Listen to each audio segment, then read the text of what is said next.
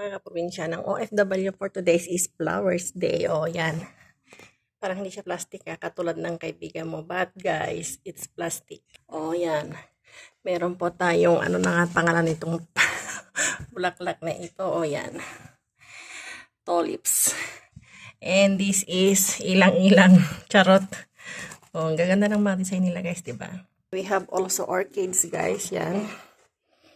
O, diba? Ito naman yung mga roses na natuyo na. At meron pa sa baba yung nakabasket. So, o yan guys. Black. Gusto nyong bumili ng kalabasa, talong, mais, bawang. O, bili na guys, nakabitin. O yan. Flower garden. Ang ganda ng bahay nila. Maraming flower kahit plastic. Tulad ng kaibigan mo yan guys. Rose, pink, rose. O.